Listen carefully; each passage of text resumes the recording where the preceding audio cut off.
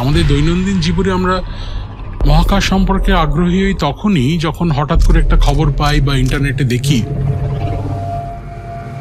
একটা কিছু ঘটতে চলেছে। Alien planet's atmosphere that on Earth. Signs of alien life outside the solar system. Asking the same question, are we alone? প্রশ্ন আসে তাহলে পৃথিবীতে প্রাণ কেন, অন্য কোথাও নয় কেন? পৃথিবীতে প্রাণ সৃষ্টি হয়েছে, বিবর্তন হয়েছে, সম্ভব হচ্ছে কয়েকটা আকস্মিক ঘটে যাওয়া অ্যাক্সিডেন্টের উপরে।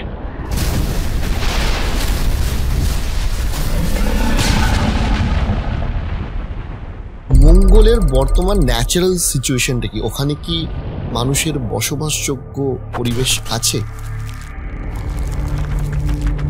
প্রতি বছর কয়েকশো কিলোগ্রাম পাথরের টুকরো মঙ্গল গ্রহ থেকে ছিটকে পৃথিবীতে এসে পড়ে।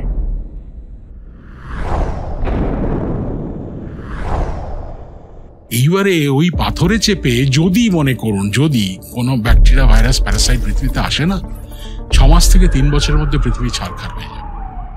এই ইউনিভার্সের বাইরে কি আর কোনো ইউনিভার্স আছে? প্যারালাল ইউনিভার্স, সমান্তরাল ব্রহ্মাণ্ড। অদূর ভবিষ্যতে আগামী 100-150 বছরের মধ্যে সম্ভাবনা আছে যে আমরা অন্য কোনো গ্রহে গিয়ে বসবাস করতে পারি বা হ্যাবিটেবল জোন তৈরি করে নিতে পারি। 100-150 না, আর 30 থেকে 40 বছরের মধ্যে মানুষ মহাকাশে উপনিবেশ বানাবে। এই 25 থেকে 30 সেন্টিমিটারের মধ্যে আমরা মহাবিশ্বকে দেখতে পাই। সেই ফেলুদার ব্রহ্মাস্ত্র।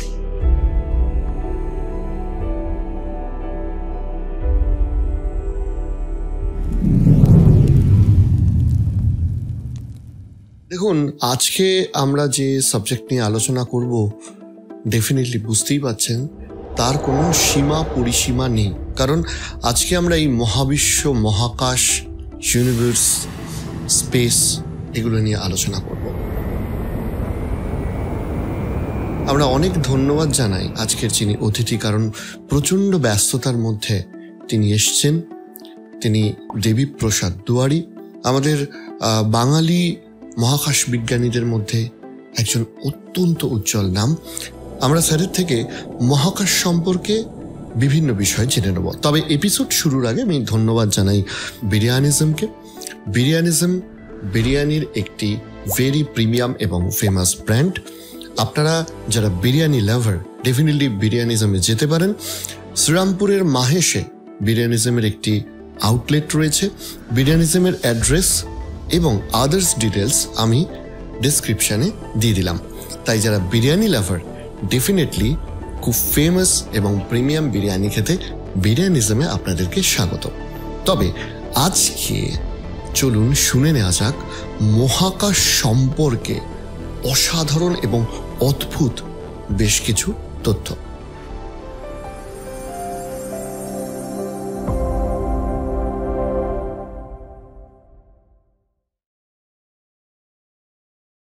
স্যার অনেক অনেক ধন্যবাদ। মানে বলা চলে এই এপিসোডটা না, আমি এতটা আবেগপ্রবণ না, বাট আমার একটা স্বপ্নের মধ্যে ছিল যে এরকম একটা এপিসোড কখনো শুট করব। তো যাই হোক, বেশি কথায় না গিয়ে আপনার থেকে শুনতে চাই, আপনি কোথা দিয়ে শুরু করবো সেটাও কার্যত বুঝতে পারছি না। তবে এই মহাবিশ্বে আমাদের যে অবস্থান, আমরা যে এই যে পৃথিবীতে রয়েছি, এইটা ঠিক কোথায় অবস্থান, আমরা কোথায় আছি, আমাদের যদি একটু বুঝিয়ে শুরু করেন। আপনি আপনার দিক থেকে বললেন বটে যে কোথা দিয়ে শুরু করবেন, কিন্তু আশ্চর্যজনকভাবে এমন একটা প্রশ্ন দিয়ে শুরু করলেন যেটা কিন্তু সাধারণ মানুষের সঙ্গে জ্যোতির্বিজ্ঞান নামক অনেকের কাছে খুব ভয়ের একটা বেশ বিষয়কে যোগ করার কিন্তু দারুণ জায়গা। তার কারণ হচ্ছে আমাদের দৈনন্দিন জীবনে আমরা মহাকাশ সম্পর্কে আগ্রহী হই তখনই যখন হঠাৎ করে একটা খবর পাই বা ইন্টারনেটে দেখি একটা কিছু ঘটতে চলেছে। সে সূর্যগ্রহণ, চন্দ্রগ্রহণের মতো ঘটনা, বা আকাশে হয়তো কিছু জিনিস দেখা যাবে। আর এখন তার সঙ্গে মহাকাশ বিজ্ঞান যোগ হয়েছে, রকেট যাচ্ছে, উপগ্রহ যাচ্ছে, সেগুলো নিয়ে একটা আগ্রহ আসে। কিন্তু দৈনন্দিন জীবনে আমরা আকাশ নিয়ে সেইভাবে প্রতিদিনকার আমাদের প্রাত্যহিক জীবনের সঙ্গে আকাশকে জুড়ি না। কিন্তু আজ থেকে প্রায় 40 বছর আগে বা তারও বেশি সময় যখন আমি এই জ্যোতির্বিজ্ঞান বিষয়টি নিয়ে পড়াশোনা করতে শুরু করলাম, আজও করি পড়াশোনা, একটা জিনিস আমাকে খুব ঘা দিয়েছিল, যার জন্য আমি বিষয়টিকে ভালোবাসতে শুরু করেছিলাম। সেটা হচ্ছে যে আমাদের অস্তিত্ব বা আমাদের উদ্ভব, প্রাণের উদ্ভব পৃথিবীতে বা পৃথিবীর এই যে অবস্থা, ধর্ম, এগুলো সবই কিন্তু সবের সঙ্গেই কিন্তু মহাকাশের যোগাযোগ আছে। একটু যদি বিস্তারিতভাবে বলা যায় যে আমরা জানি আমাদের সূর্যকে ঘিরে 8টা গ্রহ ঘুরে চলেছে, আর বেশ কয়েকটি বামন গ্রহ, প্লুটো এতদিন গ্রহ ছিল তাকে বামন গ্রহ করে দেওয়া হয়েছে, লক্ষ লক্ষ ধূমকেতু আর বড় বড় পাথরের খণ্ড যাদেরকে আমরা গ্রহাণু বলি, হাজারে হাজারে। এই নিয়ে আমাদের মোটামুটি সৌরজগৎ, আর বেশ কয়েকটি গ্রহের চারিদিকে তাদের চাঁদ উপগ্রহ ঘুরে বেড়াচ্ছে। প্রশ্ন আসে, তাহলে পৃথিবীতে প্রাণ কেন, অন্য কোথাও নয় কেন? এই প্রশ্নটা, যেটার আপনার মূল প্রশ্নটার একটা অদ্ভুত উত্তর। পৃথিবীতে প্রাণ সৃষ্টি হয়েছে, বিবর্তন হয়েছে, সম্ভব হচ্ছে কয়েকটা আকস্মিক ঘটে যাওয়া অ্যাক্সিডেন্টের উপরে। আচ্ছা, এগুলো যে ঘটবে কেউ জানতো না, পারস্পরিক একটা সম্পর্ক আছে বলে ঘটেছে তাও নয়। একটা উদাহরণ দিচ্ছি। আমরা ছোটবেলায় পড়েছি যে পৃথিবী ওই 23.5 ডিগ্রি হেলে সূর্যের চারিদিকে ঘোরে। এবার পড়েছি ক্লাস 7, 8 বা 6-এ, ওই হেলে ঘোরে বলে ঋতু পরিবর্তন হয়। 6 মাস উত্তর গোলার্ধে সরাসরি সূর্য পড়ে, গ্রীষ্ম, 6 মাস দক্ষিণ গোলার্ধে পড়ে গ্রীষ্ম, যখন দক্ষিণ গোলার্ধে গ্রীষ্ম, উত্তরে শীত। হ্যাঁ, ভালো কথা, কিন্তু আমরা কি জানি যে এই ঋতু পরিবর্তন আছে বলে কিন্তু অনেক ঘটনা ঘটেছে? কেমন?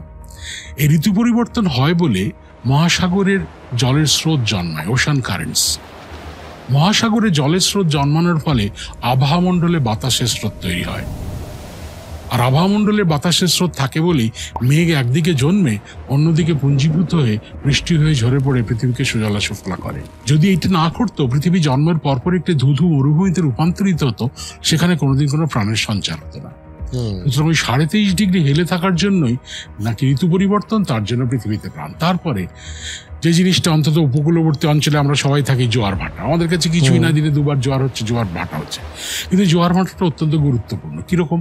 কেন আমরা ক্লাস 5-6-এ পড়েছি যে পৃথিবীতে প্রথম প্রাণের সঞ্চার হয়েছিল মহাসাগরের জলে। ডাঙায় এলো কি করে? হঠাৎ কি ঠ্যাং গজিয়ে গেছিল? তা না, প্রতিদিন জোয়ারের জলের সঙ্গে সঙ্গে ভেসে আসতো বহুকোষী জীবন, জল নেমে যেত, তারা ডাঙায় আটকা পড়ে মারা যেত। কোটি কোটি বছর ধরে তারা ডাঙায় বেঁচে থাকার ক্ষমতা অর্জন করে। সেই থেকে বিভিন্ন উদ্ভিদ, বিভিন্ন প্রাণ, সরীসৃপ, স্তন্যপায়ী প্রাণী, হনুমান, তার থেকে আমরা এসেছি। সুতরাং আমরা যে আছি, জোয়ারের জল আছে। সেই জন্য প্রতিদিন জোয়ার দেখতে যেমন ভালো খারাপ লাগে, তেমন তার থেকে এটা বোঝা যায়। তারপরে ধরুন পৃথিবীর অবস্থান এই সৌরজগতে সূর্য থেকে প্রায় 15 কোটি কিলোমিটার দূরত্বে, কিন্তু আশ্চর্যজনকভাবে এই পৃথিবীর অবস্থানটাকে বলা হয় বসবাসযোগ্য অবস্থান। মানে কি? Habitable zone. মানেটা কি? পৃথিবীর দূরত্ব সূর্য থেকে এমন যে মোটামুটি তাপমাত্রা 15 ডিগ্রি থেকে 80 ডিগ্রি অবধি থাকবে। তার মানে কি? তরল জল তরল অবস্থায় থাকবে। 0 কমে হলে বরফ, 100 কমে হলে বাষ্প। অন্য গ্রহগুলোতে এই পরিস্থিতি নেই বলে শুক্র গ্রহ, সেখানকার পৃষ্ঠদেশের তাপমাত্রা 450 ডিগ্রি সেন্টিগ্রেড, আর মঙ্গল গ্রহ একেবারে ঠান্ডা বরফ বা মাটির তলায় বরফ। সুতরাং পৃথিবীর এই অবস্থানটা তো কেউ ঠিক করে দেয়নি, আর তার জন্যই প্রাণ। এখন অনেকেই প্রশ্ন করবেন যে আজকাল এই প্রকৃতি পরিবেশ নিয়ে অনেক কিছু হচ্ছে, তো জলই জীবন করছে, কিন্তু সত্যি কি জল জীবন? হ্যাঁ, জল যে আমরা শুধু পান করে তৃষ্ণা মেটাই তাই নয়।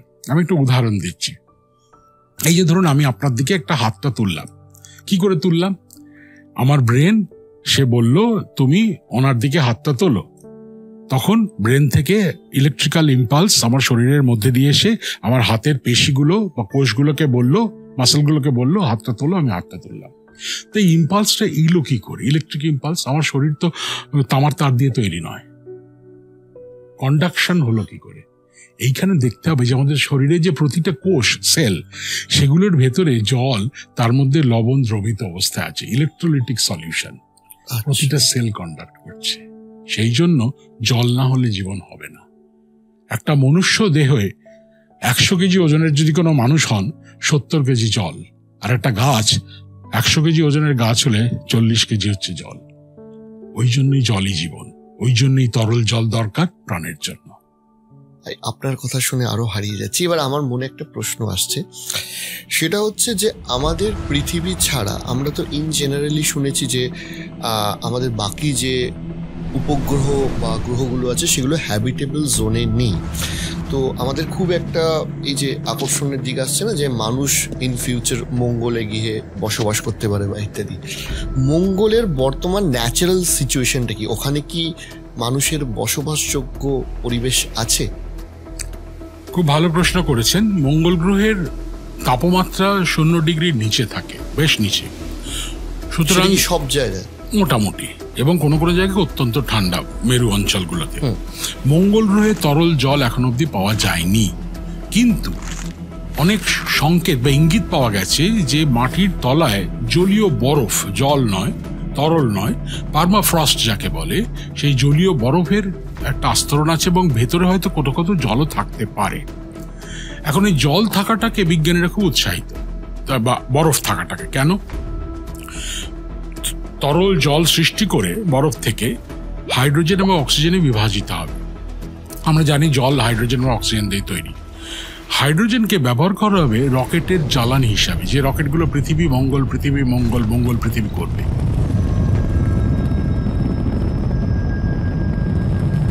আর ওই অক্সিজেন দিয়ে কৃত্রিম বায়োস্ফিয়ার তৈরি হবে, যেখানে প্রথমে উদ্ভিদের মাধ্যমে সেই অক্সিজেনটাকে আরো বাড়ানো হবে, সেখানে মানুষ থাকতে পারবে, কিন্তু সেটা কিন্তু ঢাকা জায়গায়।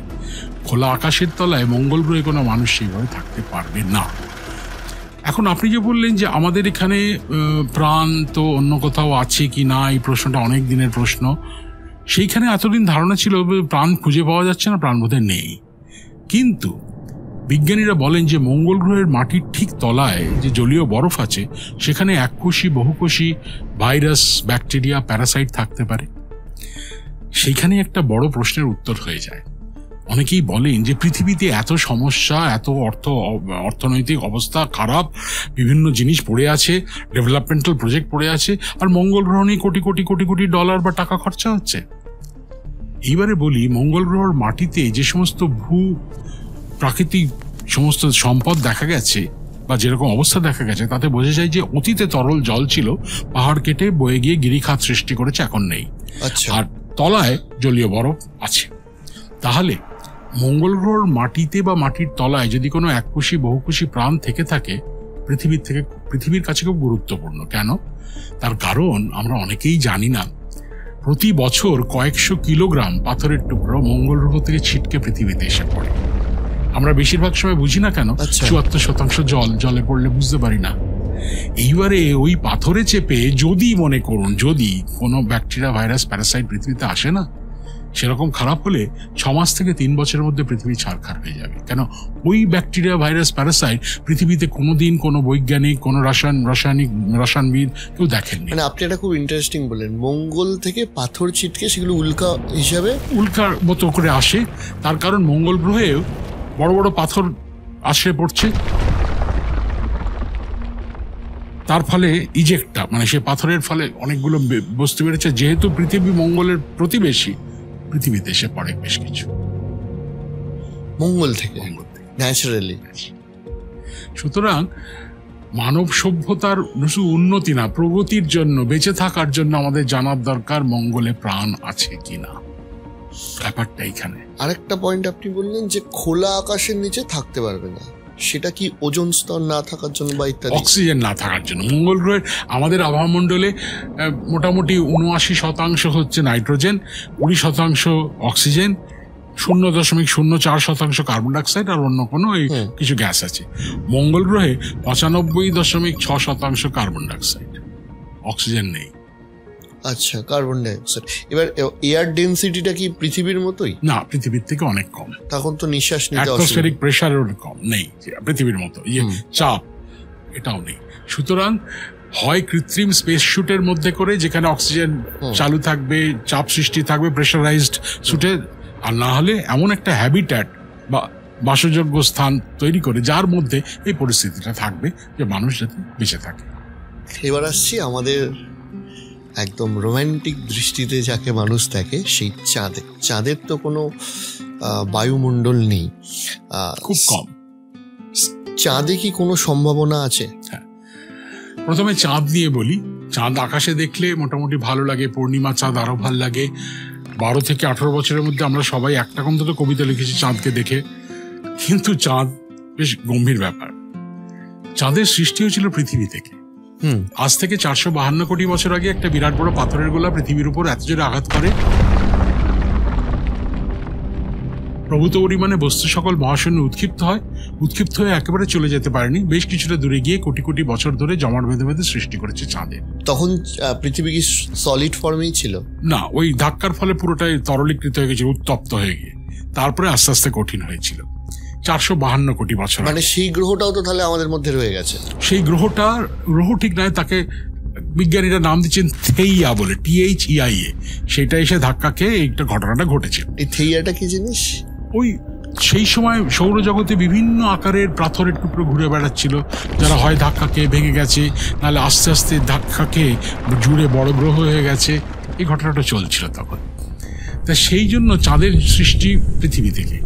এখন বলবেন যে চাঁদ আমাদের কাছে গুরুত্বপূর্ণ কোথায়? কবিতা লেখা ছাড়া গুরুত্বপূর্ণ। তার কারণ আমরা যা ছোটবেলায় স্কুলের বইতে পড়ি, চাঁদের প্রভাবে জোয়ার ভাটা হয়। এটা কিন্তু পুরোটা সত্যি নয়। কেন? সূর্য পৃথিবীকে চাঁদের থেকে 173 গুণ বেশি জোরে আকর্ষণ করে, যার জন্য পৃথিবী সূর্যের চারিদিক করে। তাহলে আমরা কেন বলি চাঁদের জন্য জোয়ার ভাটা হচ্ছে? এটা কিন্তু ভুল। জোয়ার ভাটা হয় চাঁদ এবং সূর্য দুটোর জন্যই। অনেক সময় মাস্টারমশাই দিদিমণিরা বলতে ভুলে যান আমাদের ছোট বাচ্চাদের যে চাঁদ পৃথিবীর জলকে যতটা আকর্ষণ করে, সূর্য তার 47% আকর্ষণ করে জলকে, যার জন্য জোয়ার ভাটা হচ্ছে। তা যাই হোক, এই জোয়ার ভাটা চাঁদের জন্য একটা মূল তার কারণ আছে। জলের আকর্ষণের ফারাকটা কেন? মানে সূর্য যেহেতু 173 গুণ বেশি জোরে আকর্ষণ, কিন্তু অনেকটা দূরে আছে, আচ্ছা, চাঁদ কাছে আছে। সুতরাং এটাকে মানে একটু যদি কেউ একটু ক্লাস 11-এর ওই নিউটনের অভিকর্ষণের সূত্রটা মনে রাখে, M1 M2/r²। কিন্তু জোয়ার বা ভাটা কিন্তু কোনো বল বা ফোর্স নয়। প্রতি একক দৈর্ঘ্যে অনেকগুলি বলের প্রয়োগ ক্ষমতা, বা ইংরেজিতে বলে ফোর্স ডেরিভেটিভ, M1 M2/r³। আর সেই জন্যই যেহেতু চাঁদ 3,84,000 কিলোমিটার দূরে আর সূর্য 15 কোটি কিলোমিটার দূরে, চাঁদ জিতে যায়। সুতরাং সেই জন্য আমরা বলি। এবারে দেখি চাঁদের কথা। আপনি কি জানেন পৃথিবীর জীবনে ইতিহাসে এমনও দিন ছিল পৃথিবী 8 ঘন্টায় একবার ঘুরত নিজের চারিদিকে। একটা দিন হতো 8 ঘন্টায়, এখন 24 ঘন্টা। আর কয়েক কোটি লক্ষ বছর পরে এমন হতেই পারে পৃথিবীর একটা দিন হবে 48 ঘন্টা। 24 ঘন্টা দিন, 24 ঘন্টা রাত। সেটা হচ্ছে কেন? দেখুন, একেবারে সোজা ভাবে বোঝা যায়। পৃথিবী চাঁদ পৃথিবীর জলকে আকর্ষণ করছে, তাই তো? এবার চাঁদ আবার পৃথিবীকে প্রদক্ষিণও করছে, আর পৃথিবী ঘুরছে তার নিজের চারিদিকে উল্টো দিকে। এই উল্টো দিকে ঘোরার ফলে যে জলটা ফুলে ফেপে উঠছে চাঁদের জন্য, সেটা চাঁদের সঙ্গে সঙ্গে সে ফোলাটা ভ্রমণ করছে, সেটা যাচ্ছে এইদিকে, পৃথিবী ঘুরছে এইদিকে। তাহলে পৃথিবীর কেন্দ্রের সঙ্গে একটা ঘর্ষণ হচ্ছে জলের। এই ঘর্ষণের ফলে পৃথিবীর ঘূর্ণন আস্তে আস্তে স্থিরিত হয়ে যাচ্ছে, এবং তার প্রভাব দেখা যায় প্রতি বছর গড়ে 3.6 সেন্টিমিটার চাঁদ পৃথিবী থেকে দূরে চলে যাচ্ছে। আচ্ছা, প্রতি বছর বলছেন, কিন্তু লক্ষ কোটি বছরে সেটাই হয়ে যাবে অনেক বেশি। এমন একটা দিন আসবে আমরা পূর্ণগ্রাস সূর্যগ্রহণ কোনোদিন দেখতে পাবো না। চাঁদ সূর্যের থেকে সবসময় ছোটই থাকবে। অর্থাৎ আমরাও তো তাহলে আস্তে আস্তে হ্যাবিটেবল জোন থেকে দূরে চলে যাচ্ছি। হ্যাঁ, মানে হ্যাবিটেবল কন্ডিশন থেকে আমরা দূরে যাচ্ছি না, চাঁদ আমাদের থেকে দূরে চলে যাচ্ছে। আমরা হয়তো হ্যাবিটেবল জোনেই আছি, যেখানে থাকবো, কিন্তু চাঁদ আস্তে আস্তে আস্তে দূর থেকে দূরতম বিন্দুতে চলে যাচ্ছে। এই যে রেগুলার লাইফ সেখানে পুরো পাল্টে যাবে। তবে অতটা চিন্তা করার কিছু নেই। মানব সভ্যতার ইতিহাস যদি দেখেন, আর মোটামুটি 50,000 থেকে 1 লক্ষ বছরের মধ্যে মানুষ থাকবে না পৃথিবীতে। প্রাণ অন্যরকম হবে হয়তো। আমরা এই ফর্মে কেউই থাকবো না, কেন বিবর্তনে যদি বিশ্বাস করি। মানে কয়েকটা জায়গায় বিশ্ববিদ্যালয়ে আমি দেখি তার মোটামুটি একটা স্টাডি হয়েছে যে আজ থেকে 50,000, 60,000, 1 লাখ বছর পরে মানুষ কিরকম দেখতে হবে। মোটামুটি একটা ফিগার হয়েছে, কিন্তু বৈজ্ঞানিকভাবে মানুষের হাইট হবে সাধারণত 4 থেকে 4.5 ফুট মেটে, এবং হাস্যকর, আমি ছবি আঁকাও দেখেছি, স্কেচ, মাথাটা আর শরীরটা অর্ধেক অর্ধেক। তার কারণ যত দিন যাচ্ছে যন্ত্র সভ্যতার মাধ্যমে আমাদের আর নড়াচড়া করার দরকার নেই, আমরা বসে বসে সবকিছু করতে পারি।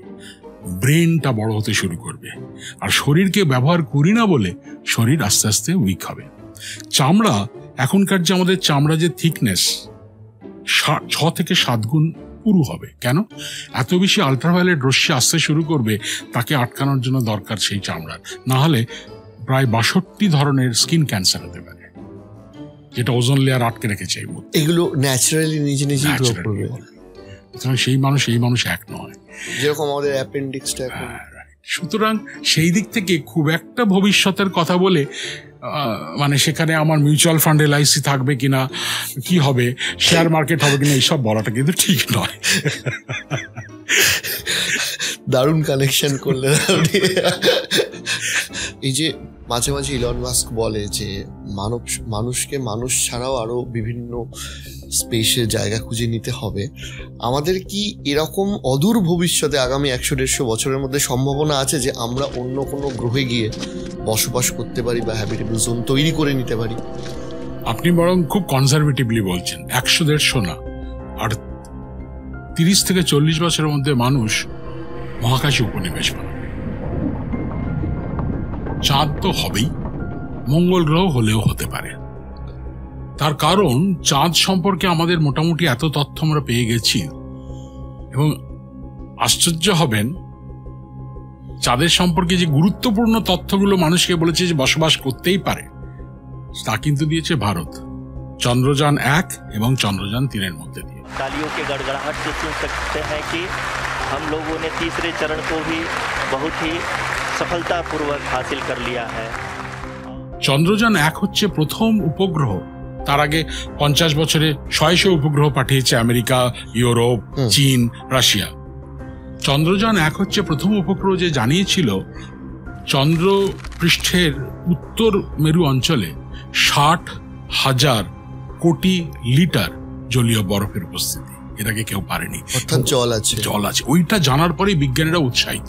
আর তারপরে এই যে চন্দ্রযান 3 যেটা ঘটলো 2023-এ গেল এবং আমরা দেখলাম পৌঁছলো, এবং 2024-এ ন্যাশনাল স্পেস ডে বলে বলা হলো। কেন? তার গুরুত্বটা অন্য জায়গায়। এখানে কিন্তু স্বাভিমান, মেক ইন ইন্ডিয়া, এই সবগুলো বোধহয় ন্যারেটিভগুলো বলা উচিত না। তার কারণ ভারত করে দেখিয়েছে। চাঁদের বুকে এমন কিছু জিনিস তারা চাঁদের ধর্ম সম্পর্কে জানিয়েছে, এটার আগে জানা ছিল না। যেমন চাঁদের পৃষ্ঠদেশ আর তার ঠিক 8 সেন্টিমিটার, 8 সেন্টিমিটার মানে এরকম, এই দুটো স্তরে তাপমাত্রার তারতম্য 70 ডিগ্রি সেন্টিগ্রেড। ভাবুন, এদিকটা যা তাপ 8 সেন্টিমিটার পরে 70 ডিগ্রি কম, 8 সেন্টিমিটার নিচে। তখন বিজ্ঞানীরা বুঝতে পেরেছেন এটা একটা দারুণ খবর। কেন? মানুষ যদি সেখানে থাকে মাটির ওপরে থাকবে না, ইনসুলেশন এত ভালো, মাটির তলায় থাকবে চাঁদের। সুতরাং মানে যেহেতু চাঁদের উপরের পৃষ্ঠে তাপমাত্রা বেশি এবং হয়তো পরিস্থিতি অন্যরকম, চাঁদের তলায় থাকলে এভরিথিং ইনসুলেটেড, কমফোর্টেবল।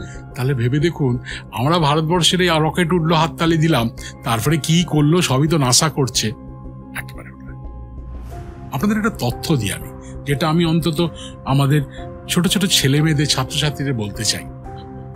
আমি নাসার একটু অ্যাসোসিয়েট মতো, যাই হোক, আমার নিজের কানে শোনা নাসার ডিরেক্টরের বক্তৃতা। গত 60-65 বছরে নাসা যতগুলো উপগ্রহ, স্যাটেলাইটকে উৎক্ষেপণ করেছে, সফলভাবে তাদের সঠিক কক্ষপথে স্থাপন করতে পেরেছে 72%। আর গত এই এফেক্টিভলি 30-35 বছরে ভারতের ইসরো যতগুলো উৎক্ষেপণ করেছে, সফলভাবে তাদের সঠিক কক্ষপথে স্থাপন করতে পেরেছে 91%। সাকসেস রেট অনেক বেশি। যার জন্য নাসা ইসরোর সঙ্গে হাত মেলাতে এত আগ্রহী। যার জন্য আপনারা ভাবলে অবাক হবেন যে পৃথিবীর মানব সভ্যতার ইতিহাসে সব থেকে দামি উপগ্রহ, তার নাম নিসার, NISAR, 14,000 কোটি টাকা শুধু উপগ্রহটার দাম। নিসার মানে NASA ISRO synthetic aperture radar, যেটি এই বছরের শেষের দিকে ছোড়া হবে, পৃথিবীর উপরে প্রতি 12 ঘন্টায় একবার করে চক্কর খাবে 4.5 বছর এবং পৃথিবী সম্পর্কে সমস্ত খুঁটিনাটি জানাবে। কিরকম খুঁটিনাটি? মনে করুন এইখানে এই টেবিলের উপরে জল পড়েছে, আর টেবিলটা একদিকটা উঁচু একদিকটা নিচু কোন একটা কারণে, জল দুদিকে আছে। কোন জলের স্তরটা যদি 1 মিলিমিটারের ওপর নিচে হয়, 400 কিলোমিটার থেকে ও দেখে বলে দেবে কতটা। এই ধরনের ক্ষমতা। কেন? একই কারণে নাসা বলেছে ইসরোর সঙ্গে সহযোগিতা, কেন তোমরা কিন্তু সফলভাবে করছো। এবং এই 12,000-14,000 কোটি টাকা এর সিংহভাগ দিচ্ছে কিন্তু নাসা। ভারতবর্ষের হিউম্যান রিসোর্স পোটেনশিয়াল বা ইন্টেলেকচুয়াল পোটেনশিয়াল আজকে এমন একটা জায়গায় পৌঁছেছে, মানে একটা উদাহরণ দিই আপনাকে। আমরা জানি যে আগামী বছর গগনযান আকাশে যাবে, তার আগে দুটো পরীক্ষামূলক উড়ান হবে। সেখানে 2 জন যাবেন গগন যাত্রী, ভারতীয় হিসেবে তাদের নাম দেওয়া হয়েছে। একজনের নাম শুভাংশু শুক্লা, আর একজন একটি দক্ষিণ। দুজনেই কিন্তু ইন্ডিয়ান এয়ারফোর্সের গ্রুপ ক্যাপ্টেন, একজন উইং কমান্ডার। 4 বছর ধরে ট্রেনিং দেওয়া হচ্ছে ভারতবর্ষে। কিছুটা ট্রেনিং রাশিয়ার রসকসমস, আমাদের যেমন ইসরো ওদের রসকসমস, সেখানকার বিজ্ঞানীরা এসেও কিছু ট্রেনিং এখানে দিয়ে গেছে। এইবারে আমেরিকা দেখলো এ তো দারুণ জিনিস হচ্ছে, তখন বললো আমরাও সহযোগিতা করবো তোমার ভারতবর্ষের সঙ্গে। কিভাবে না, তোমাদের ওই যে 2 জন যাবে তাদের একজনকে আমেরিকায় পাঠিয়ে দাও, ট্রেনিং আরও আমরা দেব, এবং পরে ইন্টারন্যাশনাল স্পেস স্টেশনে তাকে নিয়ে যাব, তার অভিজ্ঞতাটা তাহলে সে নিতে পারবে। অক্টোবর মাসে শুভাংশুকে পাঠানো হয়েছিল, আর এই মে-জুন মাস নাগাদ বা জুন মাসের শেষের দিক নাগাদ অ্যাক্সিয়াম 4 বলে একটি রকেটে চেপে পাঠানো হবে ইন্টারন্যাশনাল স্পেস স্টেশনে। শুভাংশু তার দক্ষতা এবং পারদর্শিকতা এতটাই দেখিয়েছে, প্রথমবার তাকে ট্রেনিং দিতে নিয়ে যাওয়া হয়েছিল, সে ওই স্পেস মিশনের কমান্ডার হিসেবে চিহ্নিত হয়েছে নাসার। এই হচ্ছে ভারতবর্ষ ইন্টেলিজেন্স। এইখানে আমি বলি ভারতবর্ষ বলতে ছোট করতে করতে করতে করতে ভারতবর্ষ গরিব ছিল, এককালে গরিব। ভারতবর্ষে কিছু পড়াশোনা হয় না, ভুল কথা। এখন তো আরোই হয় না। পড়াশোনা নাকি আমেরিকায় ভালো হয়, ইউরোপে ভালো হয়, এমনকি চীনে গেলেও ভালো হয়। চীনে গেলে ভালো হয় কিনা জানি না, কম পয়সায় বিদেশি ডিগ্রি পাওয়া যায় বলে, বিশেষ করে ডাক্তারি, সেই জন্য ইদানিং চীনটা একটু সবার কাছে লোভনীয়। তো যাই হোক, আমেরিকা আর ইউরোপ বা ইংল্যান্ড, কিন্তু আমরা ভুলে যাচ্ছি ভারতবর্ষে এখন কি ধরনের পরিস্থিতি পড়াশোনার দিক থেকে, বিজ্ঞান গবেষণার দিক থেকে, বিশেষ করে জ্যোতির্বিজ্ঞান এবং মহাকাশ গবেষণার দিক থেকে। কেন জ্যোতির্বিজ্ঞান কথাটাকে ঠট করে টানলাম? আমরা কি জানি যে 2018 সালে তৎকালীন প্রধানমন্ত্রী লোকসভায় ঘোষণা করেছেন, আপনারা কেউ দেখতে পারেন, যে ভারত 7টা মেগা সায়েন্স প্রজেক্ট শুরু করবে। প্রজেক্ট 10 বছরে, মানে 2018 থেকে 28-এর মধ্যে শেষ করা হবে। এদের যৌথ বাজেট কত জানেন? প্ল্যান্ড বাজেট 21,500 কোটি টাকা বিজ্ঞানের। এবং আশ্চর্যজনকভাবে 7টা মেগা প্রজেক্টের মধ্যে 6টা জ্যোতির্বিজ্ঞানের। যারা আমরা বলি তার কারণ আছে। এই দেখেছো কিছু কিছু লোক কি পাগলামি করছে।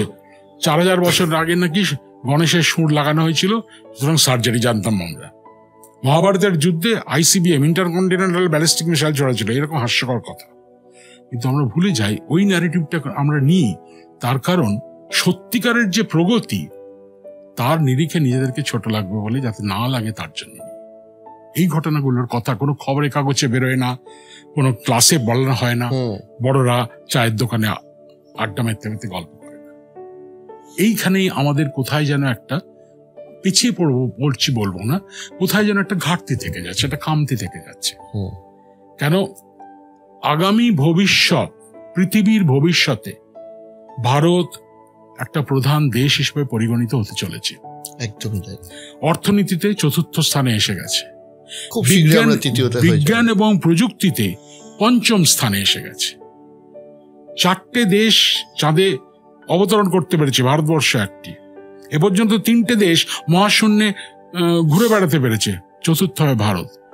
এ পর্যন্ত 2টি মাত্র দেশ স্পেস স্টেশন তৈরি করেছে, একটা ইন্টারন্যাশনাল স্পেস স্টেশন, একটা চীনেদের স্পেস স্টেশন। ভারত হচ্ছে 3য় 2035-এ।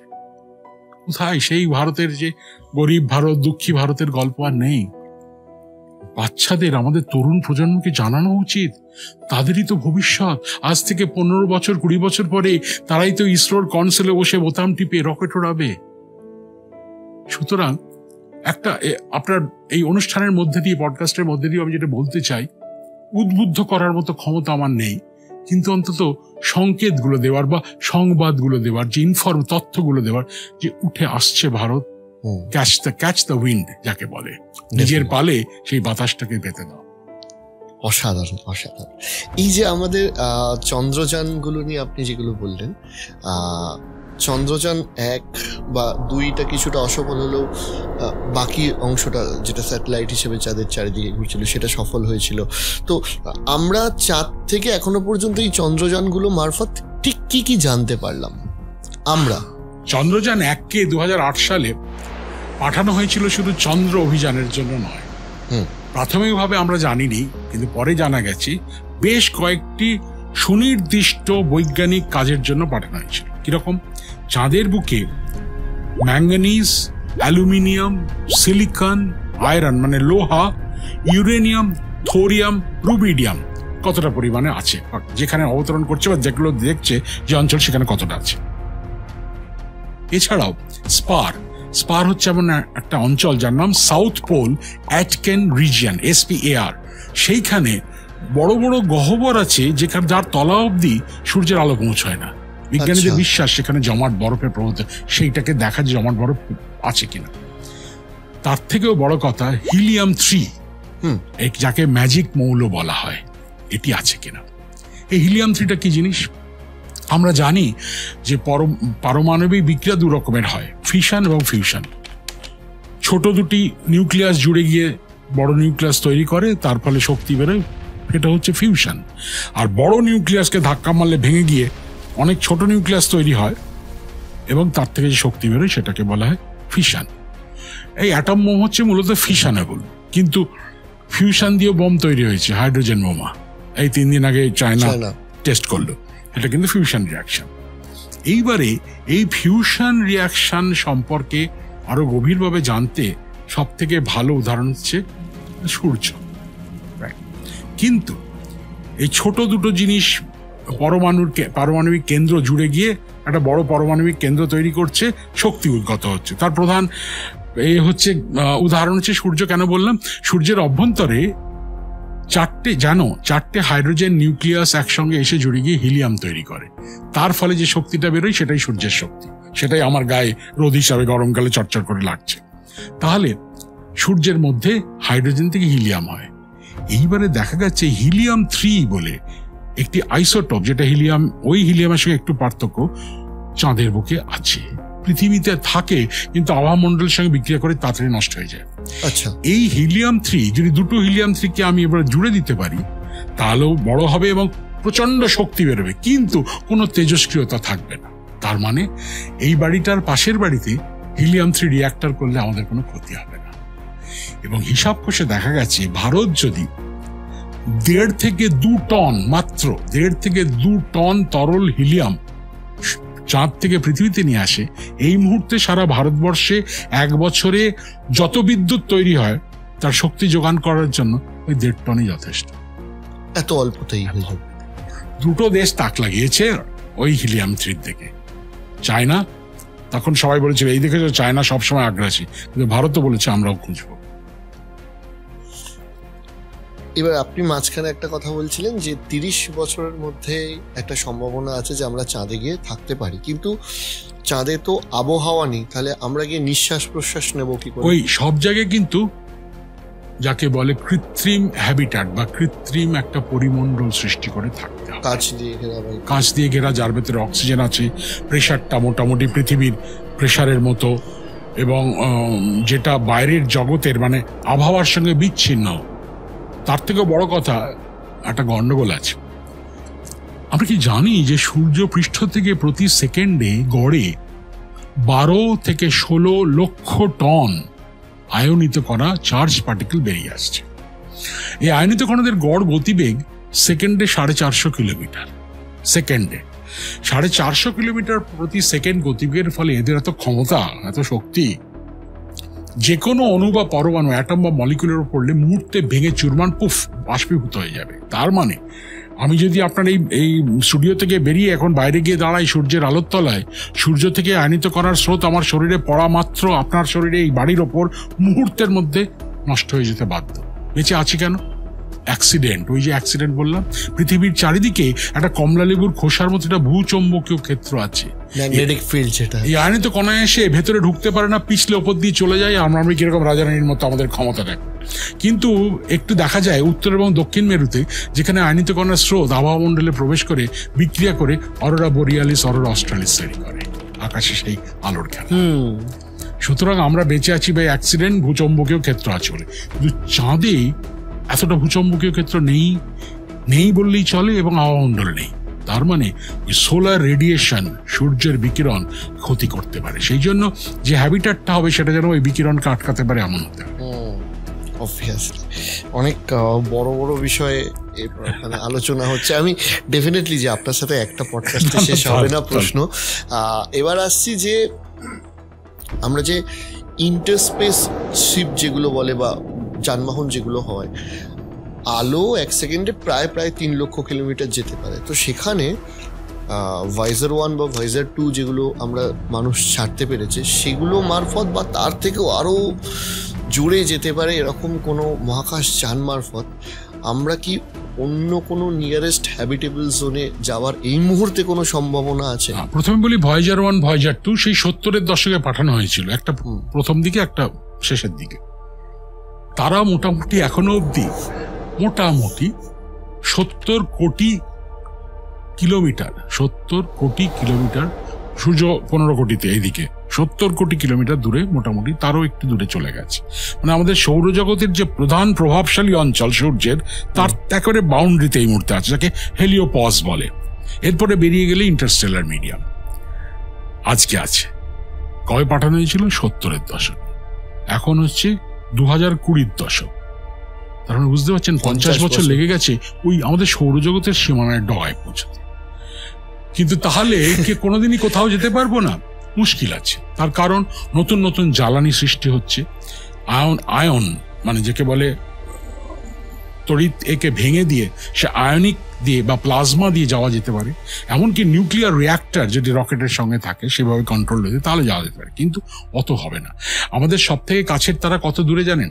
4.2 আলোকবর্ষ দূরে। এর নাম প্রক্সিমা সেন্টাউরি।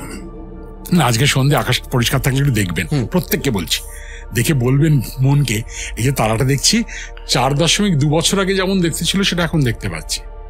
এবার বুঝছেন, একটু অফশোরটা বেরিয়ে গিয়ে বলছি, রাতের আকাশ কেন রোম্যান্টিক? আমি যত গভীরে দেখি না রাতের আকাশকে, আমি আমার নিজের অতীতকে দেখছি, ওটা ইতিহাস দেখছি। Time travel. এর জন্য সায়েন্স সিটিতে 50 টাকা খরচ করে টাইম মেশিনে চড়তে হয় না। রাতের আকাশের তাকালেই আপনি সব বাই টাইম ট্রাভেল করি। আমাদের সূর্যকে দেখি 8.3 মিনিট পুরনো সূর্য, আর কাছের তারাটাকে দেখি 4.2 বছরের পুরনো তারা। আকাশের গায়ে যত তারা খালি চোখে দেখতে পাই 100, 200, 50 আলোকবর্ষ দূরে। তার মানে যেটি হয়তো 300 আলোকবর্ষ দূরে, সেই তারাটাকে আমি আজকে রাতে দেখে বললাম ঝলঝল করছে। সঙ্গে সঙ্গে বলা উচিত, এই যে আলোটা তারা থেকে এসে আমার চোখের মনির মধ্যে দিয়ে পড়ছে বলে দেখছি, এই আলোটা এই তারাটার গা থেকে শুরু হয়েছিল 300 বছর আগে। আমি 300 বছরের পুরনো ইতিহাস দেখছি। কি অভূতপূর্ব! তাই হিসাব করলে সব থেকে কাছের তারায় এখনকার আধুনিকতম প্রযুক্তিতে যদি আমি যেতে চাই একটা রকেটে চেপে, প্রায় 22 থেকে 24 হাজার বছর লাগবে। সম্ভব নয়। বিভিন্ন থিওরি উঠে আসছে যে ফোটন কণা স্পিড কাজে লাগিয়ে বা ইত্যাদি ইত্যাদি করে আমরা যেতে পারি। এরকম কি কোনো সম্ভাবনা তৈরি? দেখুন, বিজ্ঞানে অসম্ভব কিছু বলা যায় না। আজ থেকে 100 বছর আগে যেটা বলতো এটা তো সম্ভবই নয়। মানে আজ থেকে 150 বছর 100 বছর আগে বলতো দৌড় চাঁদে কোনোদিন মানুষ যেতে পারে। জুলে ভার্নে যখন জার্নি টু দ্য মুন উপন্যাসটা লিখলেন, সবাই বললো এই গল্প বিজ্ঞানে যা খুশি, গল্পে গরু গাছে ওঠে। তারই 50-60 বছরের মধ্যে চাঁদে মানুষ নামলো। সুতরাং আজকের পরিস্থিতিতে দাঁড়িয়ে আমরা যেটাকে বলছি না এটা সম্ভব নয়, কে জানে, কেন বিজ্ঞান প্রতিনিয়ত পরিবর্ধিত, পরিমার্জিত হতে এগোচ্ছে। কিন্তু মনে রাখতে হবে যে আলোর গতিবেগকে কাজে লাগানো বা আলোকে কাজে লাগানো, আলোর পিঠে চেপে আমি কি ঘুরতে পারি? সেই 1905 সালে কিন্তু মহান বিজ্ঞানী আইনস্টাইন বলে গেছিলেন, আলোর গতিতে কেউ যদি ভ্রমণ টমন করে সে কিন্তু আর বস্তু থাকবে না, শক্তিতে রূপান্তরিত হবে, তার কোনো অস্তিত্ব থাকবে না। এবার স্যার আপনাকে একটা জিজ্ঞাসা করছি যে আমরা এই যে মহাবিশ্বে রয়েছে, এই যে ইউনিভার্স, এইটা কতটা বড় আমাদের একটু আইডিয়া? জানেন, সব থেকে বড় নামকরা বিজ্ঞানী নোবেল প্রাইজও পেয়েছেন, তারাও কিন্তু সঠিকভাবে বলতে পারেন না কতটা বড়। আভাস, একটা আন্দাজ। সেটা হচ্ছে যে মোটামুটি 99% বিজ্ঞানী বিশ্বাস করেন 1377 কোটি বছর আগে একটা অত্যন্ত ছোট্ট বিন্দু সম জায়গা থেকে আমাদের মহাবিশ্বের শুরু, এই সব শুরু। তখন ছিল অসীম শক্তি, ইনফাইনাইট এনার্জি। সেটা প্রচণ্ড বেগে প্রসারিত হচ্ছিল। যত প্রসারিত হচ্ছিল শক্তির ঘনত্ব কম ছিল। একটা সময় শক্তি থেকে বস্তু তৈরি হয়, কণা তৈরি হয়, তারপর সেই কণা থেকে অ্যাটম তৈরি হয়, সেখান থেকে গ্যালাক্সি স্টার তৈরি হয়, সেখান থেকে আমরা তৈরি হয়েছি। আর সেই শক্তি কিছুটা রয়ে গেছে এখনো, যা কিন্তু আবিষ্কৃত হয়েছে সে 1965 সালে। সুতরাং এই বিগ ব্যাং হাইপোথেসিস, মহা বিস্ফোটবাদ তত্ত্ব, এটা 99% বিশ্বাস করেন। তাহলে এইবারে যে প্রশ্ন আসে, এই যে সেই বিন্দু সম জায়গা থেকে শুরু হয়েছিল, সেটার আজকের অবস্থা কি? আমি 20 বছর আগেকার কথা বলছি।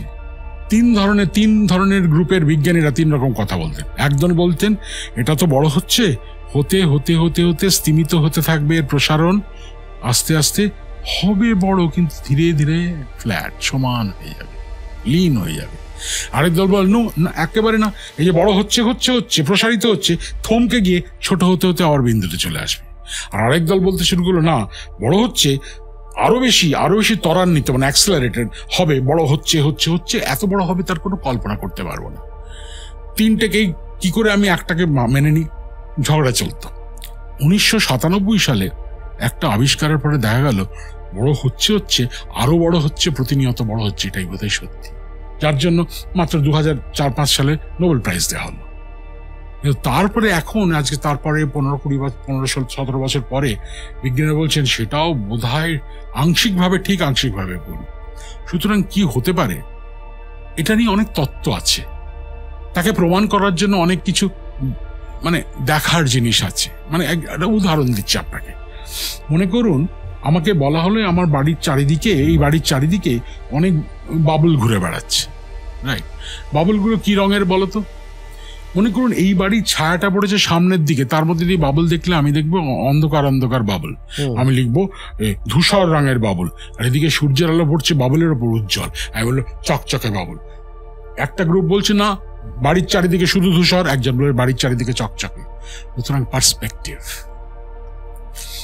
তাহলে আপনার প্রশ্ন আসে, আলোর গতিবেগ হচ্ছে 3 লক্ষ কিলোমিটার প্রতি সেকেন্ডে। তাহলে 1377 কোটি বছর আগে যদি ব্রহ্মাণ্ড শুরু হয়, আলো 1377 কোটি বছর ধরে ভ্রমণ করেছে। তার মানে আমি কি দূরতম বিন্দুটাকে দেখবো যেটা 1377 আলোকবর্ষ দূরে?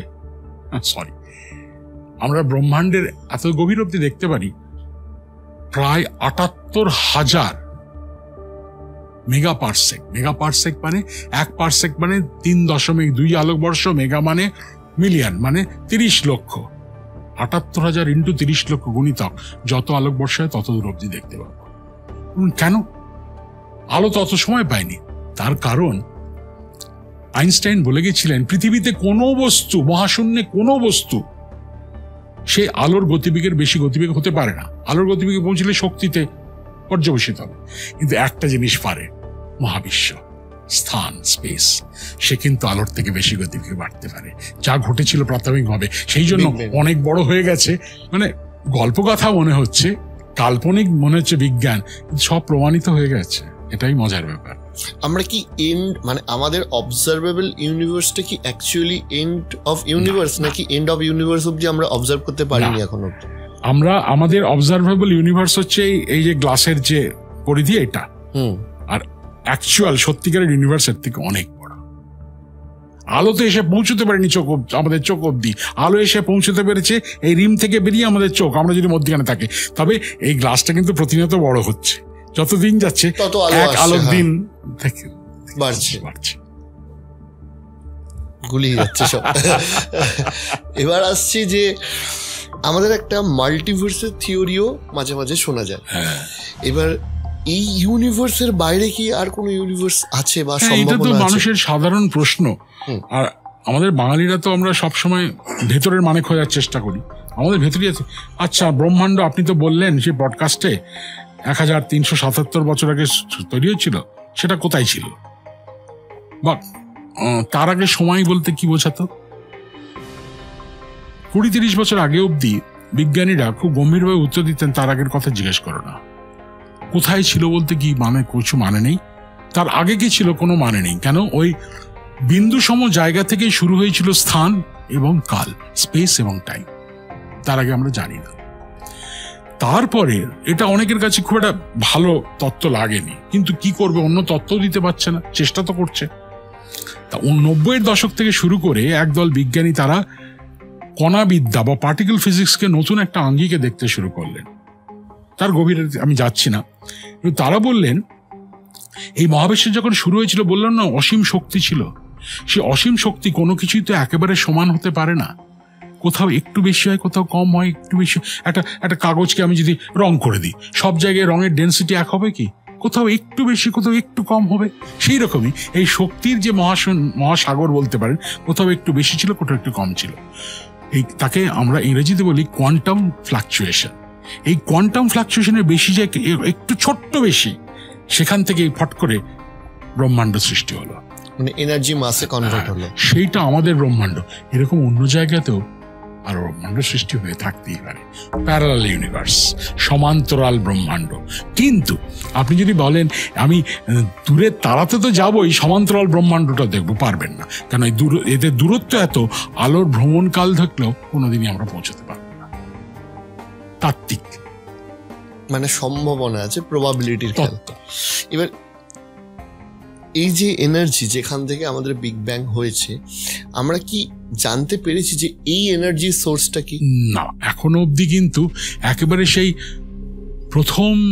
প্রথম সেই আলো, উষার আলোর মতো প্রথম সেই শক্তি পুঞ্জ কোথা থেকে হয়েছিল এটা কিন্তু সঠিকভাবে অনেকে নতুন তত্ত্ব দিয়েছেন, অঙ্ক কষেও দেখিয়েছেন, কিন্তু সেটাই যে এটা, ওই যেমন বললাম কালো রঙের বুদবুদ আর উজ্জ্বল বুদবুদ, এক একজন এক এক দিকে গিয়ে তারা প্রমাণ করেছেন, কিন্তু সেটাই যে সত্যি সেটা নয়।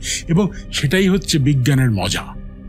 বিজ্ঞান কোনোদিন সব প্রশ্নের ফাইনাল উত্তর দিতে পারবে না, তাকেই বলে বিজ্ঞান। তার কারণ আছে, এটা একটু সাইকোলজিক্যাল বলতে পারেন, কিন্তু আমি বলি, মনে করেন আপনাকে একটা মোটামুটি ভালো ক্যামেরা হাতে ধরিয়ে দিলাম, বললাম আপনি একটা শটে এই স্টুডিওর পুরো ছবিটা তুলুন, পারবেন? আপনি ছাদের ছবি তুলবেন, দেওয়ালের ছবি তুলবেন, মাটির ছবি তুলবেন, এই পুরো তুলতে গেলে আপনাকে এই ঘরটা থেকে বাইরে থেকে তুলতে হবে। তার মানে সর্বাঙ্গীন যে আমাদের চেতনা, কনসাসনেস, আর আমাদের চেতনা তার একটা ছোট্ট সাবসেট অংশ। আমরা কোনোদিন অংশ হয়ে পুরোটাকে বাদ করতে পারবো। অসাধারণ। এবার মানে এই প্রথম এপিসোডটা আমি ছোট ছোট আমাদের যে প্রশ্নগুলো আছে সেগুলো জিজ্ঞেস করে নিচ্ছি। ব্ল্যাক হোলের একটা থিওরিটিক্যাল কনসেপশন ছিল, যেটা সম্ভবত অবজার্ভ কিছুটা করা গেছে। আপনি যদি একটু ব্ল্যাক হোল বিষয়টা বুঝিয়ে দেন, আর সত্যি কি এটা মানে ব্ল্যাক হোল তো অবজার্ভ করা যায় না, থিওরিটিক্যালি প্রুভড, এবং এর কোনো প্র্যাকটিক্যাল অস্তিত্ব আছে কিনা? না, দেখুন, ব্ল্যাক হোল কনসেপ্টটা এসেছে মূলত, আমরা জানি যে কোনো একটা বড়সড় জিনিস, মূলত তারা একটা গ্যাসের গোলক, সেটি স্বঅভিকর্ষ যে বলে সেলফ গ্র্যাভিটেটিং ফোর্সে সেটা সংকুচিত হবে। বেশিরভাগ তারার মধ্যেখানে ওই পারমাণবিক চুল্লি যখন প্রজ্বলিত হয়, যে শক্তি উদ্গত হয়, সেই শক্তি এই ভেতরের দিকে অভিকর্ষের চাপটাকে আটকে দেয় বলে তারার আকাশে ঝুলে আছে, আমাদের সূর্য ঝুলে আছে। কিন্তু অনেক বড় যদি একটা ভরের মাসের একটা তারা হয়, সে সংকুচিত হতে হতে ভেতরের শক্তি আর আটকাতে পারবে না, তাকে ছোট হতে হতে হতে হতে হতে হতে একটা বিন্দুতে রূপান্তরিত হবে। যেন এর অর্থ কোনো মানে দাঁড়ালো না। বিন্দুর তো লম্বা, প্রস্থ, চওড়া কিছু নেই, শূন্য। বিন্দুর ডাইমেনশন, মাত্রা শূন্য। শূন্য মানে কি? শূন্যের কোনো ডেফিনেশন আমরা কেউ জানি না, কিন্তু শুধুমাত্র টাকার পেছনে শূন্য লেখা থাকে মানে বুঝি, তো সেটাও আমরা বোঝার জন্য, কিন্তু মানেটা কি জানি না। তাহলে শূন্য বলতে কিছু বোঝায় না, বোঝাতে পারানো যায় না, তাহলে শূন্য নয়। কিন্তু তাহলে বলে দিচ্ছি বিন্দু সম, বিন্দু বলিনি, হ্যাঁ, বিন্দু সম জায়গায় যদি অত বড় তারার সে ভরটা ছোট হয়ে যায়, তার অভিকর্ষ যে আকর্ষণ, বুঝতে পারছেন, সে তো অনেক দূরের জিনিসকে নিজের দিকে টেনে আনবে, এমনই জোরে টানবে যে সেই বস্তুটি যদি এই বিন্দুসম জায়গার আশেপাশের একটা অঞ্চল তার মধ্যে একবার ক্রস করে যায়, এই মানব জীবনে এই পৃথিবীতে মহাবিশ্বে আর ফিরে আসবে না, সে ওই শক্তির সঙ্গে লীন হয়ে যাবে। এটাকে ইংরেজিতে বলে ইভেন্ট হরাইজন বা ঘটনার দিক চক্রবাল। ব্ল্যাক হোলকে দেখা যায় না, ব্ল্যাক হোল দেখা যায় না কারণ কি, আলো যদি একবার কাছে গিয়ে পড়ে না, আলোর কণাকে এমন টেনে নেবে আলো আর বেরোতে পারবে না। আলো না বেরোলে আমি দেখতে পাবো, মানে মাস হয়েও আলোকেও অ্যাট্রাক্ট করতে পারে, মাসও করছে, আলোকেও করছে, এনার্জিকেও করছে, বস্তুকেও করছে।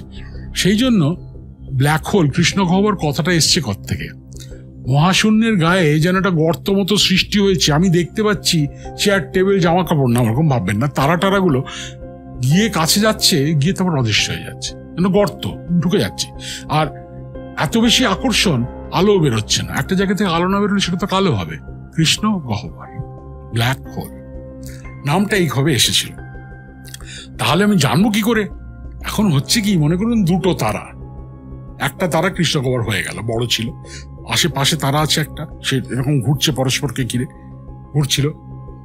এই প্রচন্ড আকর্ষণী টানে এই যে তারাটার যে গ্যাস, ও টেনে টেনে ছিঁড়ে ছিঁড়ে নিজের দিকে নিয়ে আসবে। মুশকিল হচ্ছে, নিজের দিকে নিয়ে এলে মানে গ্যাস এখান থেকে তারাটা থেকে বেরিয়ে সে গহ্বরে ঢুকে পড়ছে না, এরকম না। তার কারণ পৃথিবীতে একটা জিনিস আছে, ঘূর্ণন। আমরা কিন্তু সবাই ঘুরছি, সবাই, আপনি আমি ঘুরছি কেন? পৃথিবীর সঙ্গে আছি বলে ঘুরছি, পৃথিবী ঘুরছে বলে। এই ঘূর্ণন শক্তিটাকে বার করতে হবে পড়ার আগে। তার ফলে হবে কি, ওই গ্যাস বেরিয়ে একটা ঘূর্ণির সৃষ্টি করবে, ঘুরতে ঘুরতে, প্রচন্ড জোরে ঘুরতে ঘুরতে তার এই ঘূর্ণনের শক্তিটাকে কমিয়ে ভেতরে ঢুকে যাবে, আর দেখতে পাবো না। তো এই যে প্রচন্ড জোরে ঘুরছে, পরস্পরের সঙ্গে ঘর্ষণ ধাক্কাতে প্রভূত পরিমাণে শক্তি, আলো বেরোবে, এক্স রে, গামা রে। আমরা যদি দেখতে পাই কিছু নেই, কোনো তারা নেই, কিছু নেই, একটা চাকতির মতো জিনিস, খুব উজ্জ্বল, বুঝো ভেতরটা ব্ল্যাক হোল। এই 6-7 বছর আগে আমাদের মিল্কি ওয়ে গ্যালাক্সি যাকে বলে, তার অভ্যন্তরে তাত্ত্বিকভাবে বলা হচ্ছিল একটা ব্ল্যাক হোল আছে, বেশি বড় নয়। কত বড়? ভর কত? 40 লক্ষ সূর্যের ভর, খুব একটা বড় নয়, আছে। তার প্রমাণ একটু একটু পাওয়া যাচ্ছে, কিন্তু বোঝা যাচ্ছে না। এইবার দেখুন জ্যোতির্বিজ্ঞান কি শক্ত জিনিস। 21 বছর ধরে 8টি বিরাট বিরাট দূরবীন, 14,000 বিজ্ঞানী কাজ করে তারা দেখিয়েছেন, হ্যাঁ ওই দেখা যাচ্ছে। 21 বছর ধরে লেগেছে। ব্ল্যাক হোল আছে, আমরা এখন প্রমাণ পাই, মানে থিওরিটিক্যালি থেকে প্র্যাকটিক্যালি প্রমাণ পাওয়া গেছে। আচ্ছা, আর একটা কথা হচ্ছে যে বলা হয় যে প্রতি সেকেন্ডে নাকি আমাদের ইউনিভার্সে নতুন নতুন তারার জন্ম হচ্ছে। এইটা কি বাস্তব বা স্ট্যাটিস্টিক্সটা? ভীষণভাবে। ছোটবেলায় এখন তো অনেকে ক্লাস 4-5-এ প্রজেক্ট করছে স্কুলে, আমাদের সৌরজগৎ, আমাদের গ্যালাক্সি, গ্যালাক্সির নাম মিল্কি ওয়ে, বাংলাতে বলে আকাশ, বাংলা বা হিন্দিতে বলে আকাশ গঙ্গা। সূর্য আমাদের প্রধান, সূর্য প্রধান আমাদের, সূর্য কিন্তু বিশাল কোন তারা। আমাদের অবস্থান কোথায় জানেন? আমাদের যে মিল্কি ওয়ে বা আকাশগঙ্গা সর্পিল গ্যালাক্সি বা স্পাইরাল গ্যালাক্সি, তার কেন্দ্রবিন্দু, তার থেকে 28,000 আলোকবর্ষ দূরে সূর্য অবস্থান করছে সৌরজগৎ, কেন্দ্রের নয়। এবং আপনি কি জানেন, এই সৌরজগৎ, সূর্য এবং সৌরজগৎ এই গ্যালাক্সির কেন্দ্রকে প্রদক্ষিণ করছে, কেন্দ্র করে প্রদক্ষিণ করছে 220 কিলোমিটার প্রতি সেকেন্ডে। বলবেন বাবা, আমরা সৌরজগৎটাও আবার ঘুরছে। আশ্চর্য হবেন না, আমরা কজন বিশ্বাস করি যে আমরা সূর্যের চারিদিকে প্রতি সেকেন্ডে 30 কিলোমিটার বেগে ছুটছি, 29.5 কিলোমিটার, চুপচাপ গ্যাঁট হয়ে বসে আছি বললেই হলো? হ্যাঁ, প্রত্যেকে আমরা ছুটছি 29.5 কিলোমিটার প্রতি সেকেন্ডে সূর্যের চারিদিকে। আর এই সূর্য সবাইকে নিয়ে 220 কিলোমিটার প্রতি সেকেন্ডে। আমরা বুঝতে পারি না কেন সবকিছু আপেক্ষিক বলে। আমি দেখছি আপনাকে 2 সেকেন্ড আগে যেমন দেখেছিলাম এখনো তাই দেখছি, 10 মিনিট পরেও দেখবো একই জায়গায়। ঘুরছি কোথায়? মাথায় আসে না। সব একসঙ্গে যদি ঘুরি, ব্রেন নিতে পারে না। ব্রেন অনেক কিছু, আমরা কিন্তু অপটিক্যাল ইলিউশনের উপর নির্ভর করি। আপনি কি বলছেন যে ম্যাজিক? না, প্রমাণ দিয়ে দিচ্ছি, প্রত্যেকেই দেখেছি। পূর্ণিমা চাঁদ দেখেছেন তো? সন্ধ্যে সূর্য অস্ত হলো, চাঁদ উঠছে, থালার মতো লাগে না? এত বড় লাগে। সেই পূর্ণিমার চাঁদ মাঝ আঘাতে দেখবেন ছোট হয়ে গেছে। কেন? পূর্ণিমার চাঁদের দূরত্ব একই আছে, একই, তার ওইটাই হচ্ছে তার আসল আয়তন। এদিকে বড় দেখি কেন দেখি জানেন? আমাদের ব্রেন গুলিয়ে ফেলে। আমরা জানি যে চাঁদ অনেক দূরের জিনিস, আর এই বাড়িটা তো সামনে, গাছটা তো সামনে। ওই গাছের ব্যাকগ্রাউন্ডকে, চাঁদকে যখন দেখি, মনে মনে আমরা হিসাব করে নিই চাঁদ তো অনেক দূরে, চাঁদকে বড় দেখি। Illusion, optical illusion. এগুলো জানলে ভাবুন তো, আচ্ছা আপনি নিজেই বলুন, বাচ্চাদেরকে এগুলো জানালে আর কিছু তাদের দরকার হবে? আর ফেসবুক দেখবে আর এই করবে, তো পাগল হয়ে যাবে এই সব নিয়ে, বুঁদ হয়ে থাকবে। তবেই তো সত্যিকারের একটা মানুষ তৈরি হবে। আপনি বলুন তো, এই জিনিসগুলো আমি বলছি না সবসময় পড়তে হবে, এই নিয়ে আলোচনা করলে দিনে 5 মিনিটও যদি করি, আমাদের মধ্যে শত্রুতা, মারামারি, আপনাকে কি করে ঠকাবো, আপনি আমায় কি করে ঠকাবেন, আসবে। সুতরাং খেয়াল করছেন, পৃথিবী মহাশূন্য আমাদের জীবনকে কিভাবে প্রভাবিত করতে পারে, আমরা হতে দিই। একদমই তাই। স্যার, আপনার ব্যস্ততা রয়েছে, আমি শেষ প্রশ্ন আজকে করব। সেটা হচ্ছে যে আমরা মিল্কি ওয়ে গ্যালাক্সিতে রয়েছি, এরকম মোটামুটি আরো কত গ্যালাক্সি এই ইউনিভার্সে রয়েছে, এবং আমাদের এই গ্যালাক্সিটা কত বড়, এবং আমাদের নিয়ারেস্ট গ্যালাক্সি আমাদের থেকে কতটা দূরে? বেশ ভালো প্রশ্ন করেছেন। আমাদের মোটামুটি আমাদের গ্যালাক্সিটা সৌরপিল বা ইলিপ্টিক্যাল গ্যালাক্সি, এরকম চ্যাপ্টা কেন্দ্র আর 6টা এরকম বাহু আছে, মনে যেন ঘুরছে। আবার এমনও গ্যালাক্সি আছে যেটা ইলিপসয়েডাল বলে, একটা ডিম্বাকৃতি, তার ওরকম সুরটুর নেই। আবার কিছু গ্যালাক্সি আছে যার মধ্যিখানটা চাকতি কিন্তু তার সুর নেই, লেন্টিকিউলার। আবার কিছু গ্যালাক্সি আছে যাদের ছিঁড়িছাদ কিছু নেই, ছড়ানো, ইররেগুলার। 4 ধরনের গ্যালাক্সি। কেউ বড়, কেউ ছোট, কারোর মধ্যে অনেক তারা, কারোর মধ্যে কম তারা। মোটামুটি আমাদের গ্যালাক্সিতে, মিল্কি ওয়ে আকাশগঙ্গাতে 20,000 কোটি তারা আছে। 20,000 কোটি। কোটি মানে 7টা শূন্য, 20,000 মানে 4টে, 11টা শূন্য, 2-এর পিঠে 11টা শূন্য, ততগুলো তারা আছে আমাদের গ্যালাক্সিতে।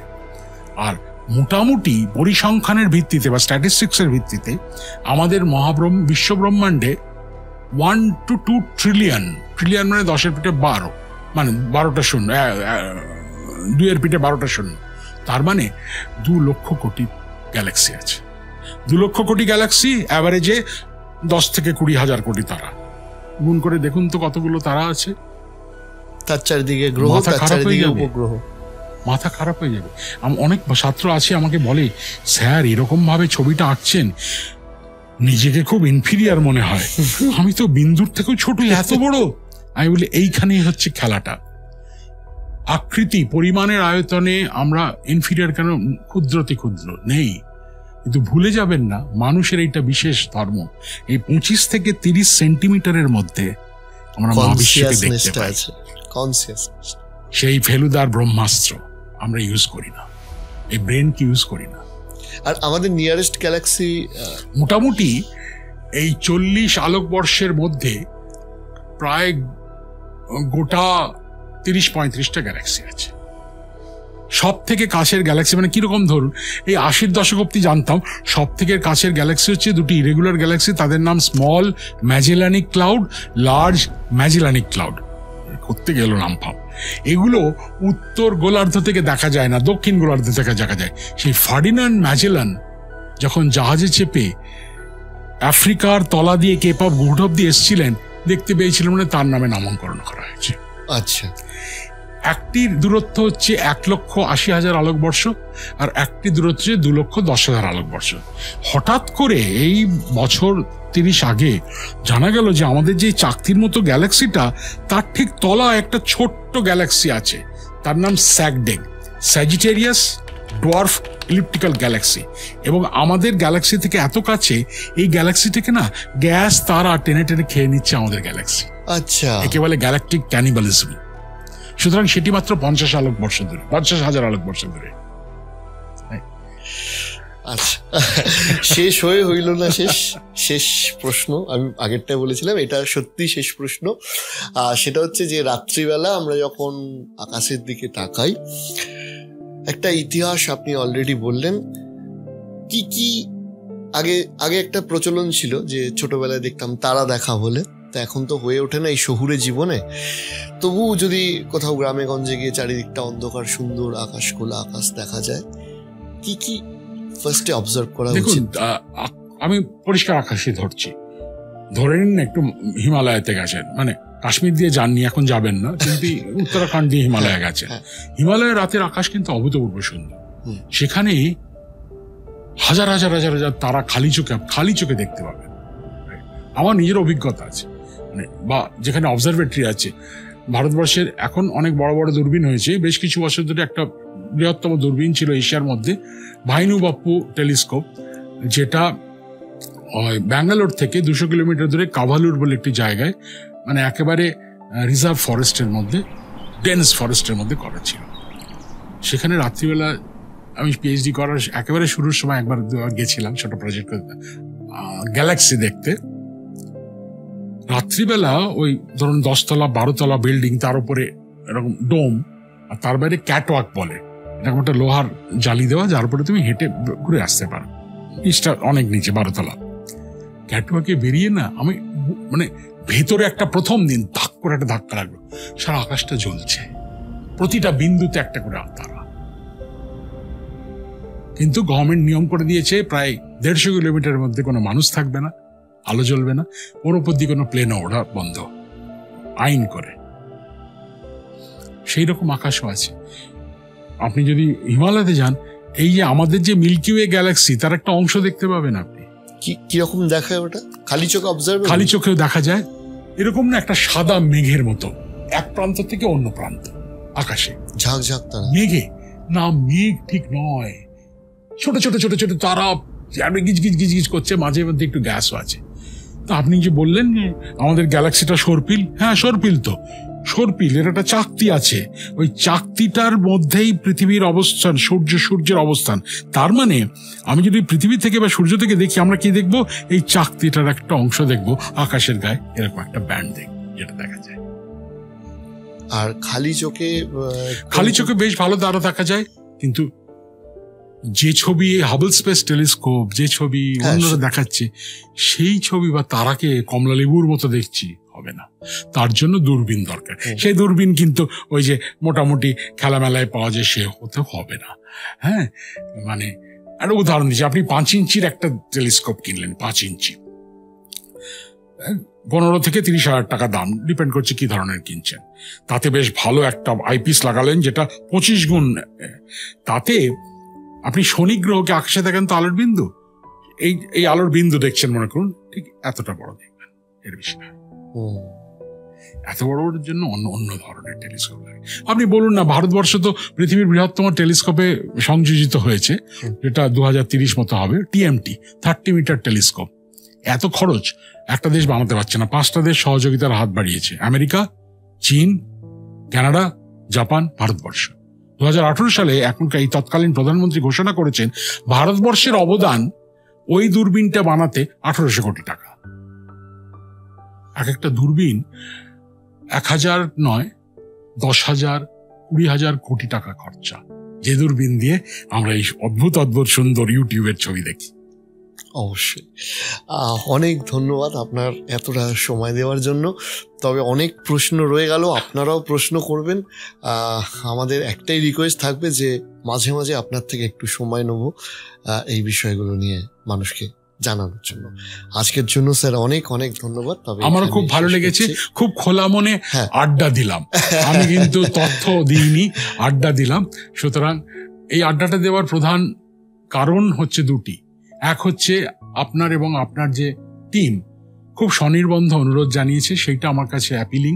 আর দ্বিতীয় হচ্ছে আপনার পডকাস্টের মধ্যে দিয়ে আমার না, ওই জ্যোতির্বিজ্ঞান মহাকাশ সম্পর্কে একটু প্রচার হোক, তাতে আমি থাকি, এখানে অন্য কেউ একটা বাক্স বসে থাকুক, সেটা important. Thank you sir, thank you very much. আর ডেফিনেটলি আপনারাও আপনাদের প্রশ্নগুলো জানাবেন, আমরা কিন্তু পরে সেগুলো স্যারকে এনে আরো একবার স্যারকে জিজ্ঞাসা করে নেব। আজকের জন্য এখানেই শেষ করছি। নমস্কার।